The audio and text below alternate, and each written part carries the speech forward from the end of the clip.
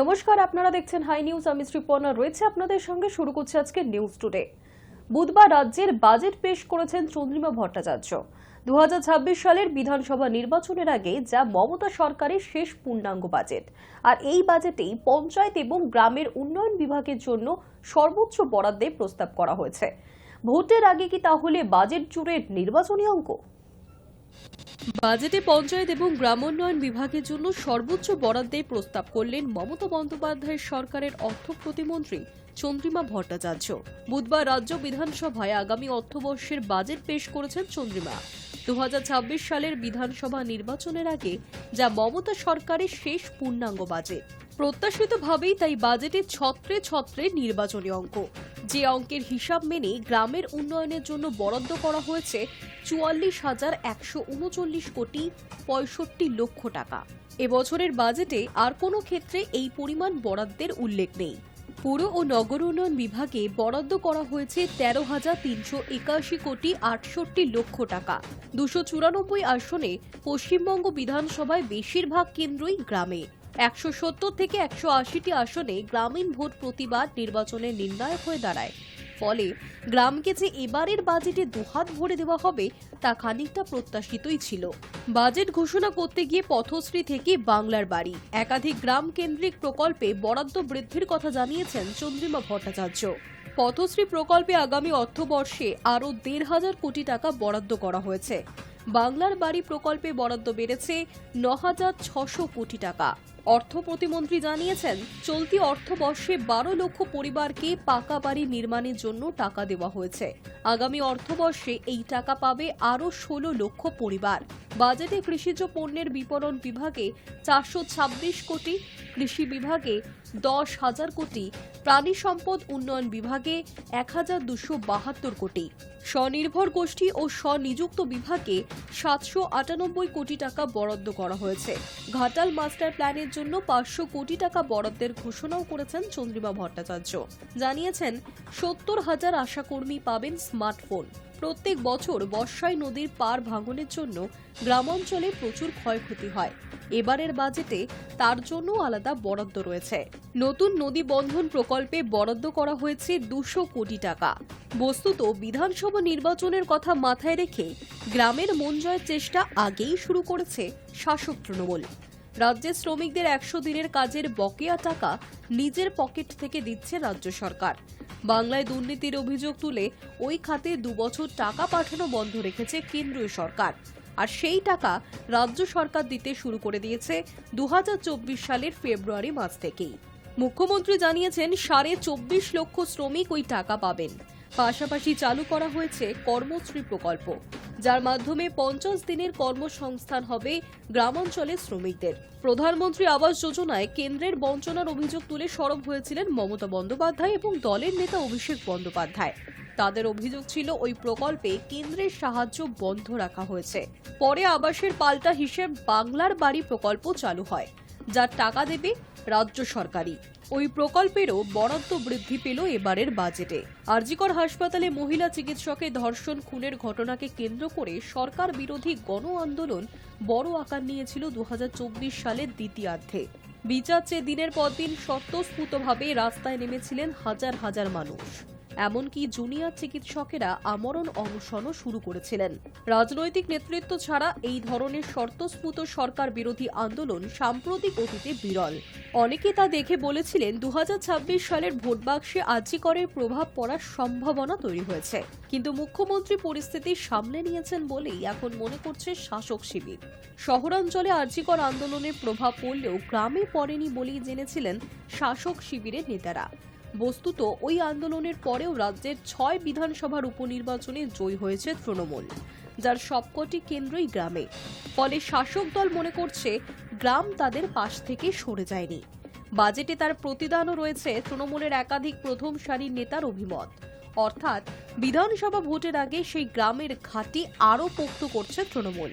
বাজেটে গ্রাম যে বেশি গুরুত্ব পেয়েছে তা অবশ্য প্রকাশ্যে মানতে চাননি মমতা বন্দ্যোপাধ্যায়। বাজেট পেশের পর সাংবাদিকদের মুখোমুখি হয়ে গ্রাম শহরের অর্থনীতির মেলবন্ধনের কথা বলেছেন তিনি। তার কথায়, গ্রামের মানুষের কর্মসংস্থান তৈরি হবে, পাশাপাশি শহরের অর্থনীতিও পুষ্ট হবে। আমরা মেলবন্ধন করতে চাই। তবে গ্রামোন্নয়নের খাতে বরাদ্দ অর্থের পরিমাণই ছবি স্পষ্ট করে দিচ্ছে। Hi News Network. রাজ্যে যখন বেকারত্ব নিয়ে প্রশ্ন তোলে বিরোধীরা, তখন রাজ্যের বেকারত্ব নিয়ে বিরোধীদের বক্তব্য উড়িয়ে দিলেন অর্থমন্ত্রী। রাজ্য বাজেটে পরিসংখ্যান দিয়ে দেখিয়ে দিলেন বাংলায় 40% কমেছে বেকারত্বের হার। রাজ্যে বেকারত্ব নিয়ে বিরোধীদের বক্তব্য উড়িয়ে দিলেন অর্থমন্ত্রী। রাজ্য বাজেটে পরিসংখ্যান দিয়ে দেখিয়ে দিলেন বাংলায় 40% কমেছে বেকারত্বের হার। এই বিষয় টেনে আনলেন দেশের বেকারত্বের হারের সঙ্গে তুলনা। দেশের তুলনায় বেকারত্বে কোথায় দাঁড়িয়ে বাংলা? বুধবার বাজেট বিবৃতিতে রাজ্যের অর্থমন্ত্রী চন্দ্রিমা ভট্টাচার্য বলেন, 2025 সালের জানুয়ারিতে দেশের বেকারত্বের হার ছিল 8%। সেখানে পশ্চিমবঙ্গে বেকারত্বের হার ছিল তার প্রায় অর্ধেক, 4.14%। এখানেই শেষ নয়, যদি 2024-25 তৃতীয় ত্রৈমাসিকের কথা বিবেচনা করলে সেখানেও বাংলার তুলনায় বেকারত্বের হার বেশি দেশেই। ভারতে যখন বেকারত্বের হার 8.1%, বাংলায় তখন তা 3% কম। এই তথ্যই দেখিয়ে দেয় পশ্চিমবঙ্গ জীবিকা নির্ভর উন্নয়ন পরিকল্পনার পরিচায়ক। বাজেট বিবৃতিতে অর্থমন্ত্রী জানিয়েছেন, স্কিল এডুকেশন বা দক্ষতা বৃদ্ধির ক্ষেত্রে দেশের সবার উপরে রয়েছে পশ্চিমবঙ্গের স্থান। স্কিল এডুকেশনের জন্য রাজ্যের 500টি ইন্ডাস্ট্রিয়াল ট্রেনিং ইনস্টিটিউট ও পলিটেকনিক প্রতিষ্ঠান চালানো হচ্ছে। উৎকর্ষ বাংলা প্রকল্পের আওতায় 47 লাখ যুবক যুবতীকে শিল্প সহায়ক দক্ষতা বৃদ্ধিতে সাহায্য করা হচ্ছে। ইতিমধ্যেই 10 লাখ যুবক যুবতী চাকরি পেয়ে গিয়েছেন। দেশে 45 বছরে বেকারত্বের হার যেখানে সর্বাধিক, সেখানে রাজ্যে শিল্প ও অন্যান্য ক্ষেত্রে 2 কোটি জীবিকা সৃষ্টি হওয়ার ফলে বেকারত্বের হার 40% কমেছে। High News network. অভিষেক বন্দ্যোপাধ্যায়ের নামের পাশে নেই তৃণমূল কংগ্রেসের নাম। ফেসবুকে পরিচয় বিভ্রাটে গেরোয় তৃণমূল সর্বভারতীয় সাধারণ সম্পাদক এবং তৃণমূল সাংসদ অভিষেক বন্দ্যোপাধ্যায়। আইনি নোটিশ পাঠালেন তৃণমূল সাংসদের আইনজীবী। ফেসবুকে পরিচয় বিভ্রাটের গেরোয় তৃণমূলের সর্বভারতীয় সাধারণ সম্পাদক ও তৃণমূল সাংসদ অভিষেক বন্দ্যোপাধ্যায়। সংস্থাকে আইনি নোটিশ পাঠালেন তৃণমূল সাংসদের আইনজীবী।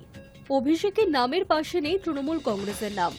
মূলত অভিষেক বন্দ্যোপাধ্যায়ের অফিসিয়াল ফেসবুক পেজে এই পরিচয় বিভ্রাট দেখা দিয়েছে। তার পেজে সবসময় লেখা থাকে তিনি সাংসদ, সর্বভারতীয় সাধারণ সম্পাদক অথবা সর্বভারতীয় সাধারণ সম্পাদক তৃণমূল কংগ্রেস, অর্থাৎ যে দলে তিনি সাধারণ সম্পাদক তার নাম উল্লেখ থাকে। তবে সম্প্রতি অভিষেক বন্দ্যোপাধ্যায়ের শুভানুধ্যায়ীরা দেখছেন তৃণমূল সাংসদের নামের পাশ থেকে তার দলের নাম অর্থাৎ তৃণমূল উধাও হয়ে গিয়েছে। বিষয়টি নজরে আসতেই অভিষেককে খবর দেন তারা। এরপরই পদক্ষেপ করেছেন অভিষেক বন্দ্যোপাধ্যায়। ফেসবুক সংস্থা মেটাকে একটি আইনি নোটিশ দেওয়া হয়েছে। ওই ঘটনায় মেটা কর্তৃপক্ষের কাছে নালিশ জানিয়েছেন তৃণমূল সাংসদ। অভিষেকের আইনজীবী সঞ্জয় বসু মেটাকে একটি নোটিশ পাঠিয়েছে, যেখানে অভিযোগ করা হয়েছে ডায়মন্ড হারবারের সাংসদের ফেসবুক পেজে তথ্য বদল করা হয়েছে। ফেসবুক পেজে অবাঞ্ছিত গতিবিধি হয়েছে বলে অভিযোগ করা হয়েছে। অবিলম্বে বিষয়টি নিয়ে ব্যবস্থা নিতে বলা হচ্ছে, আর পদক্ষেপ না করলে আইনি পদক্ষেপ করা হবে বলেও হুঁশিয়ারি দেওয়া হয়েছে। উল্লেখ্য, রাজনৈতিক নেতা বা হেভিওয়েট কিংবা কোনো সেলেবের ফেসবুক, টুইটার বা এক্স হ্যান্ডেলে যদি কোনো তথ্যের অদল বদল ঘটে, তখন তা নিয়ে স্বাভাবিকভাবেই জল্পনা তৈরি হয়, আলোচনা কানাঘুষো চলে। ফলে অভিষেকের ক্ষেত্রেও এমন ঘটনায় স্বাভাবিকভাবেই রাজনৈতিক মহলে বিভিন্ন প্রশ্ন উঠছে। High News network. বিএসএফ এর পোশাক পরে মোষ পাচার। ভারত বাংলাদেশ সীমান্ত এলাকায় 3 জন ভারতীয়কে আটক করল পুলিশ। উদ্ধার হয়েছে 2টি মোষ, উদ্ধার হয়েছে একটি নকল বন্দুক এবং ধারালো অস্ত্র। মালদার হবিবপুর থানার 88 নম্বর ব্যাটালিয়নের পান্নাপুর সীমান্তের ঘটনা। ধৃতদের কাছ থেকে উদ্ধার হওয়া 2টি ধারালো অস্ত্র হবিবপুর থানার পুলিশের হাতে তুলে দেওয়া হয়েছে। আর এই ঘটনার পর থেকেই ওই সীমান্ত এলাকায় নিরাপত্তা আরও দ্বিগুণ করা হয়েছে। মোষগুলি কোথায় পাচার হচ্ছিল খতিয়ে দেখছে পুলিশ।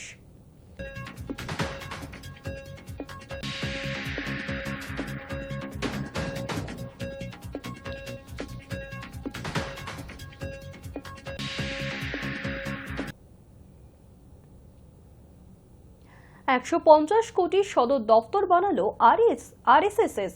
3টি বহুতলের সঙ্গে রয়েছে প্রেক্ষাগৃহ এবং হাসপাতাল। আরএসএস এর তরফে জানানো হয়েছে আগামী 19 ফেব্রুয়ারি শিবাজি জয়ন্তীতে নতুন ভবনের আনুষ্ঠানিক উদ্বোধন করা হবে। দিল্লির আরএসএস এর সদর দফতর কেশবকুঞ্জের নতুন রূপ পেল। 5 লক্ষ বর্গফুটের জায়গাতে গড়ে তোলা হয়েছে 12 তলা উঁচু 3টি বাড়ি। সাধনা, প্রেরণা, অর্চনা সংঘের তরফে জানানো হয়েছে নতুন সদর দফতরের নির্মাণে মোট খরচ হয়েছে 150 কোটি টাকা। আরএসএস এর তরফে জানানো হয়েছে আগামী 19শে ফেব্রুয়ারি শিবাজি জয়ন্তীতে নতুন ভবনের আনুষ্ঠানিক উদ্বোধন হবে। আরএসএস এর প্রধান মোহন ভাগবত এবং সাধারণ সম্পাদকের হাতে ভারতীয় ঐতিহ্য এবং সংস্কৃতির ধারা মেনে নির্মিত এই দফতর সংঘের দৈনন্দিন কাজ পরিচালনার পাশাপাশি নেতা কর্মীদের প্রশিক্ষণেরও ব্যবস্থা থাকবে। আয়োজন করা হবে জাতীয় এবং আন্তর্জাতিক পর্যায়ে নানা আলোচনা সভা ও কর্মশালা। নরেন্দ্র মোদী এবং অমিত শাহ রাজ্যে গুজরাতে স্থাপিত অনুপ দাবে গুজরাতি এবং রাজস্থানী ধারার সংমিশ্রণে আরএসএস এর সদরের নকশা তৈরি করেছেন। 4 একরের বেশি জমিতে গড়ে ওঠা সদর দফতরের 463 আসনের ভিআইপি অডিটোরিয়ামের হলটির নাম দেওয়া হয়েছে সংঘের শাখা। সংগঠন বিশ্ব হিন্দু পরিষদের প্রয়াত নেতা অশোক সিংঘলের নামে নামকরণ করা হয়েছে। 80-র দশকে তার নেতৃত্বে প্রথম শুরু হয়েছিল রাম মন্দির আন্দোলন। রয়েছে 600 আসনের একটি পৃথক প্রেক্ষাগৃহ। 3টি ভবনের সংঘের বিভিন্ন শাখার দফতর এবং স্বয়ংসেবা ও প্রচারকদের থাকারও ব্যবস্থা রয়েছে। এছাড়া রয়েছে হাসপাতাল, দাতব্য চিকিৎসালয় এবং পাঠাগার। সব মিলিয়ে দীনদয়াল উপাধ্যায়ের মার্গে বিজেপির সদরকেও ছাপিয়ে গিয়েছে আরএসএস এর কেশবকুঞ্জ। Hi News network.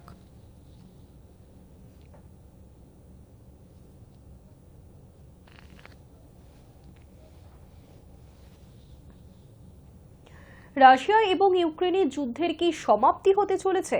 গত 3 বছর ধরে চলা রাশিয়া এবং ইউক্রেনের মধ্যে যুদ্ধ বন্ধ করতে উদ্যোগী এবার ডোনাল্ড ট্রাম্প। কথা বললেন ভ্লাদিমির পুতিন এবং জেলেনস্কির সঙ্গে।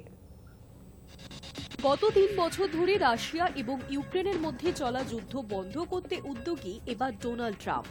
বুধবার তিনি এই বিষয় নিয়ে কথা বলেছেন রুশ প্রেসিডেন্ট ভ্লাদিমির পুতিন এবং ইউক্রেনের প্রেসিডেন্ট জেলেনস্কির সঙ্গে। পরে সমাজ মাধ্যমে আমেরিকার প্রেসিডেন্ট জানান পুতিন এবং জেলেনস্কি দুই রাষ্ট্রপ্রধানই আলোচনায় রাজি। ট্রাম্প জানিয়েছেন প্রথমে তিনি কথা বলেছেন পুতিনের সঙ্গে আলোচনার বিষয়বস্তু জানিয়ে ট্রাম্প ফোন করেছেন জেলেনস্কিকে। মস্কোর তরফে ট্রাম্প পুতিন ফোন কথোপকথনের বিষয়টি স্বীকার করে নেওয়া হয়েছে। তাদের তরফ থেকে জানানো হয়েছে প্রায় 1.5 ঘন্টা ট্রাম্প এবং পুতিনের মধ্যে কথা হয়। পুতিন ট্রাম্পকে রাশিয়ায় যাওয়ার আমন্ত্রণ জানান। ট্রাম্পও পুতিনকে আমেরিকায় যাওয়ার আমন্ত্রণ জানিয়েছেন। ট্রাম্পের সঙ্গে আলোচনার নির্যাস জানিয়ে সমাজ মাধ্যমে পোস্ট করেছেন ইউক্রেনের প্রেসিডেন্ট জেলেনস্কি। তিনি জানিয়েছেন শান্তি রক্ষার বিষয়ে ট্রাম্পের সঙ্গে তার অর্থবহ আলোচনা হয়েছে। প্রসঙ্গত দ্বিতীয় দফায় ক্ষমতায় এসে 24 ঘন্টার মধ্যে রুশ ইউক্রেন যুদ্ধ বন্ধ করার প্রতিশ্রুতি দিয়েছিলেন ট্রাম্প। সংবাদ সংস্থা রয়টার্সের প্রতিবেদন অনুসারে বুধবার ট্রাম্প যুদ্ধ বন্ধ করার বিষয়ে আলোচনার শুরুর জন্য আমেরিকার বিদেশ সচিব মার্কো রুবিও এবং জাতীয় নিরাপত্তা উপদেষ্টা মাইকেল ওয়ালজকে নির্দেশ দিয়েছেন। প্রসঙ্গত ট্রাম্পের পূর্বসূরি জো বাইডেন পুতিনের সঙ্গে প্রায় 3 বছর কোনো আলাপ আলোচনা করেননি, বরং রাশিয়ার বিরুদ্ধে যুদ্ধ করার জন্য অর্থ, অস্ত্র এবং রসদ জুগিয়েছিলেন ইউক্রেনকে। ট্রাম্প অবশ্য অতীতেও পুতিনের প্রশংসা করেছেন। সেদিক থেকে দেখতে গেলে রুশ ইউক্রেন যুদ্ধ নিয়ে ট্রাম্পের আমেরিকা অবস্থান বদলাচ্ছে বলেই মনে করা হচ্ছে। Hi News Network. News Today এখনকার মতো এই পর্যন্তই। দেখতে থাকুন হাই নিউজ, নির্ভীক, নিরপেক্ষ।